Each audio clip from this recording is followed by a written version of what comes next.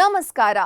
3 check ಅನ್ನು ಬಳಸಿಕೊಂಡು ಚದರ ಬ್ಲಾಕ್ ಮಾಡಿ ಮತ್ತು ನಿರ್ವಹಿಸಿ ಮತ್ತು ಕೊರೆಯುವುದು ಬೋರಿಂಗ್ ಮತ್ತು ಗ್ರೂವಿಂಗ್ ಸೆಷನ್ಗೆ ಸ್ವಾಗತ.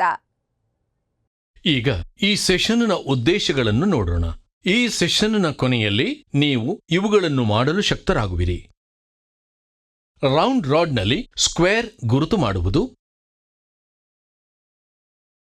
ಎಲ್ಲಾ ಬದಿಗಳಿಗೆ ಸ್ಕ್ವೇರ್ನೆಸ್ಗಾಗಿ ವರ್ಕ್ ಪೀಸ್ ಅನ್ನು ಫೇಸ್ ಮಾಡುವುದು, ಅಗತ್ಯವಿರುವ ಗಾತ್ರಕ್ಕೆ ಹೋಲ್ ಡ್ರಿಲ್ ಮಾಡುವುದು, ±0.2 mm ಆಕ್ಯುರಸಿಗೆ ಹೋಲ್ ಅನ್ನು ಡ್ರಿಲ್ ಮಾಡುವುದು, ರಿಸಸಿಂಗ್ ಟೂಲ್ ಆಯ್ಕೆ ಮಾಡುವುದು ಮತ್ತು ರಿಸಸ್ ಕತ್ತರಿಸುವುದು.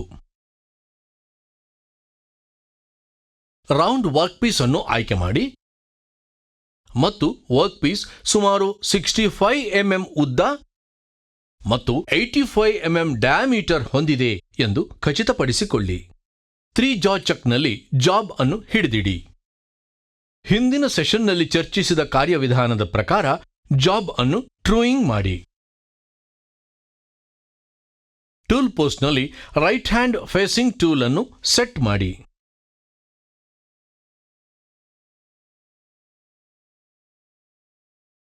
ಫೇಸಿಂಗ್ ಉಪಕರಣದೊಂದಿಗೆ ವರ್ಕ್ ಪೀಸ್ ಅನ್ನು ಫೇಸ್ ಮಾಡಿ ಫಿನಿಶ್ ಮಾಡಿ. ಜಾಬ್ ಅನ್ನು ಹಿಮ್ಮುಖಗೊಳಿಸಿ ಮತ್ತು 3 ಚೆಕ್ನಲ್ಲಿ ಹಿಡಿದಿಡಿ.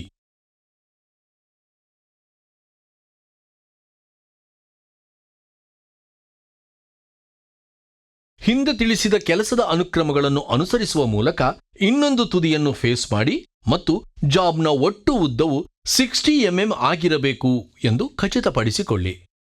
ಟರ್ನಿಂಗ್ ಕಾರ್ಯಾಚರಣೆಯಿಂದ ವರ್ಕ್ ಪೀಸ್ನ ಡಯಾಮೀಟರ್ ಅನ್ನು 79.2 mm ಕಡಿಮೆ ಮಾಡಿ. ರೌಂಡ್ ಫೇಸ್ ಮೇಲೆ ಮಾರ್ಕಿಂಗ್ ಮೀಡಿಯಾ ಅಪ್ಲೈ ಮಾಡಿ. ಮ್ಯಾಗ್ನೆಟಿಕ್ ವಿ ಬ್ಲಾಕ್ನಲ್ಲಿ ವರ್ಕ್ ಪೀಸ್ ಅನ್ನು ಸೆಟ್ ಮಾಡಿ. 1 ಇಯರ್ ಹೈಟ್ ಗೇಜ್ ಬಳಸಿ ವರ್ಕ್ ಪೀಸ್ನ ಡಯಾಮೀಟರ್ ಅಳೆಯಿರಿ.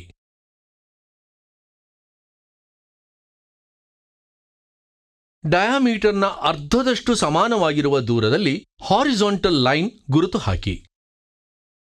ಗುರುತಿಸಲಾದ ಲೈನ್ ಸರ್ಫೇಸ್ಗೆ ಪರ್ಪೆಂಡಿಕ್ಯುಲರ್ ಆಗಿರುವ ರೀತಿಯಲ್ಲಿ ವರ್ಕ್ ಪೀಸ್ ಅನ್ನು ತಿರುಗಿಸಿ.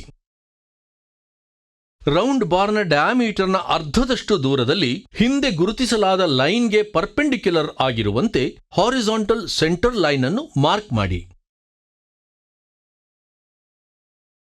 ರೌಂಡ್ ಬಾರ್ನ ಸೆಂಟರ್ ಲೈನ್ನಿಂದ 28 mm ದೂರಕ್ಕೆ ಹೈಟ್ ಗೇಜ್ ಅನ್ನು ಅಳವಡಿಸಿ.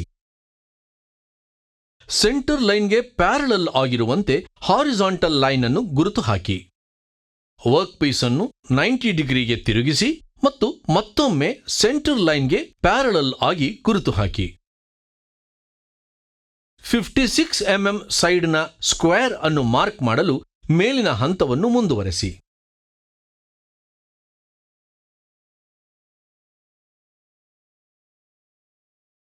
ಡಾಟ್ ಪಂಚ್ ಮತ್ತು ಬಾಲ್ ಪೀನ್ ಹ್ಯಾಮರ್ ಬಳಸಿಕೊಂಡು ಆನ್ವಿಲ್ ಮೇಲೆ ಸ್ಕ್ವೇರ್ನ ವಿಟ್ನೆಸ್ ಮಾರ್ಕ್ಸ್ಗಳನ್ನು ಪಂಚ್ ಮಾಡಿ. ಜಾಬ್ ಅನ್ನು 4 ಚೆಕ್ನಲ್ಲಿ ಪರ್ಪೆಂಡಿಕ್ಯುಲರ್ ಪೊಸಿಷನ್ನಲ್ಲಿ ಹಿಡಿದಿಡಿ.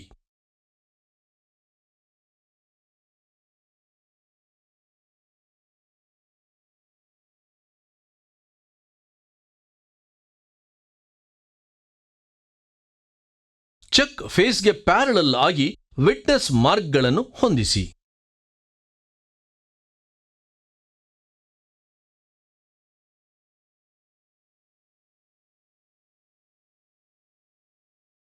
ಸ್ಕ್ವೇರ್ನ ಸೈಡ್ ಅನ್ನು ರೂಪಿಸಲು ಹೆಚ್ಚುವರಿ ಮೆಟೀರಿಯಲ್ಗಳನ್ನು ತೆಗೆದುಹಾಕಲು ಫೇಸಿಂಗ್ ಕಾರ್ಯಾಚರಣೆಯನ್ನು ನಿರ್ವಹಿಸಿ.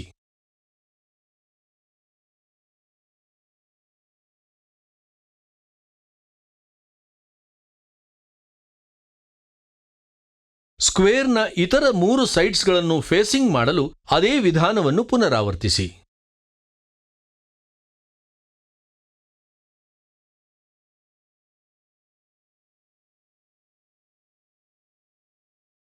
ಸ್ಕ್ವೇರ್ನ ಎಲ್ಲಾ ಸೈಡ್ಸ್ಗಳು 56 mm ಅಳತೆಯಲ್ಲಿರಬೇಕೆಂಬುದನ್ನು ಖಚಿತಪಡಿಸಿಕೊಳ್ಳಿ.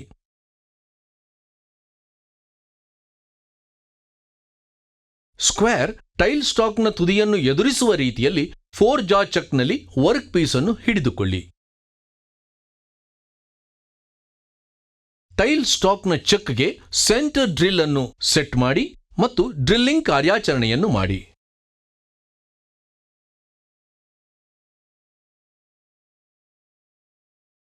ಟೈಲ್ ಸ್ಟಾಕ್ನ ಡ್ರಿಲ್ ಚಕ್ನಲ್ಲಿ 5 mm ಅಳತೆಯ ಡ್ರಿಲ್ ಬಿಟ್ ಅನ್ನು ಫಿಕ್ಸ್ ಮಾಡಿ.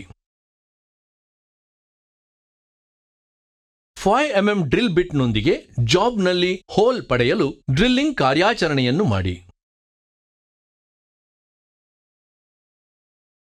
30 mm ಆಳಕ್ಕೆ 28 mm ಹೋಲ್ ಪಡೆಯಲು ಡ್ರಿಲ್ ಚಕ್ನಲ್ಲಿ ಫಿಕ್ಸ್ ಆಗಿರುವ ಡ್ರಿಲ್ ಬಿಟ್ಗೆ ಸಂಬಂಧಿಸಿದಂತೆ ಡ್ರಿಲ್ಲಿಂಗ್ ಕಾರ್ಯಾಚರಣೆಯನ್ನು ಹಂತ ಹಂತವಾಗಿ ನಿರ್ವಹಿಸಿ.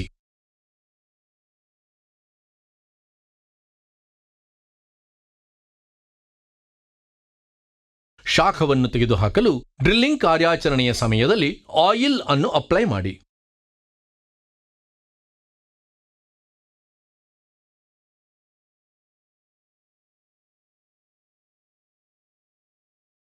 ಬೋರಿಂಗ್ ಟೂಲ್ ಅನ್ನು ಟೂಲ್ ಪೋಸ್ಟ್ಗೆ ಫಿಕ್ಸ್ ಮಾಡಿ.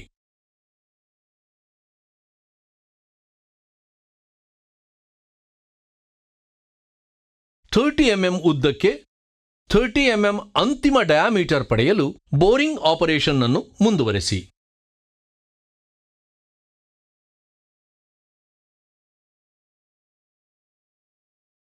ಟೂಲ್ ಪೋಸ್ಟ್ಗೆ ಗ್ರೂಯಿಂಗ್ ಉಪಕರಣವನ್ನು ಜೋಡಿಸಿ.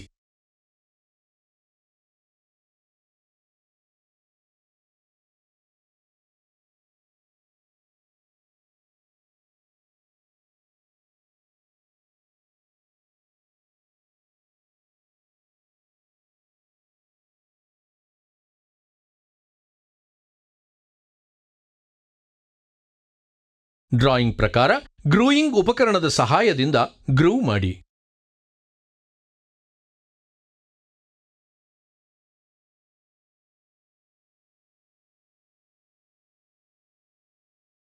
ಸಿದ್ಧಪಡಿಸಿದ ವರ್ಕ್ ಪೀಸ್ನ ಡೈಮೆನ್ಷನ್ಸ್ ಅನ್ನು ಪರಿಶೀಲಿಸಿ.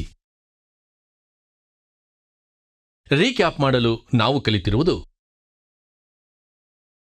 ರೌಂಡ್ ರಾಡ್ನಲ್ಲಿ ಸ್ಕ್ವೇರ್ ಗುರುತಿಸುವುದು, ಎಲ್ಲಾ ಫೇಸಸ್ಗಳಿಗೆ ಸ್ಕ್ವೇರ್ನೆಸ್ಗಾಗಿ ಜಾಬ್ನ ಫೇಸಿಂಗ್ ಮಾಡುವುದು, ಅಗತ್ಯವಿರುವ ಅಳತೆಗೆ ಹೋಲ್ ಡ್ರಿಲ್ಲಿಂಗ್ ಮಾಡುವುದು, ±0.2 mm ಆಕ್ಯುರಸಿಗೆ ಹೋಲ್ ಅನ್ನು ಡ್ರಿಲ್ ಮಾಡುವುದು, ರಿಸೆಸಿಂಗ್ ಟೂಲ್ ಆಯ್ಕೆ ಮಾಡುವುದು ಮತ್ತು ರಿಸಸ್ ಕತ್ತರಿಸುವುದು. ಹೀಗೆ ಇದಿಷ್ಟೇ 3 ಜಾ ಚೆಕ್ ಬಳಸಿ ಮತ್ತು ನಿರ್ವಹಿಸಿ ಮತ್ತು ಡ್ರಿಲ್ಲಿಂಗ್, ಬೋರಿಂಗ್ ಮತ್ತು ಗ್ರೂವಿಂಗ್ ಮಾಡುವ ಬಗ್ಗೆ ಇದಾಗಿತ್ತು. ನೀವು ಎಲ್ಲ ಪರಿಕಲ್ಪನೆಗಳು ಮತ್ತು ಅಭ್ಯಾಸಗಳನ್ನು ಅರ್ಥ ಮಾಡಿಕೊಂಡಿದ್ದೀರಿ ಎಂದು ಭಾವಿಸುತ್ತೇನೆ. ಮುಂದಿನ ಸೆಷನ್ನಲ್ಲಿ ನಿಮ್ಮನ್ನ ಭೇಟಿ ಮಾಡ್ತೇನೆ.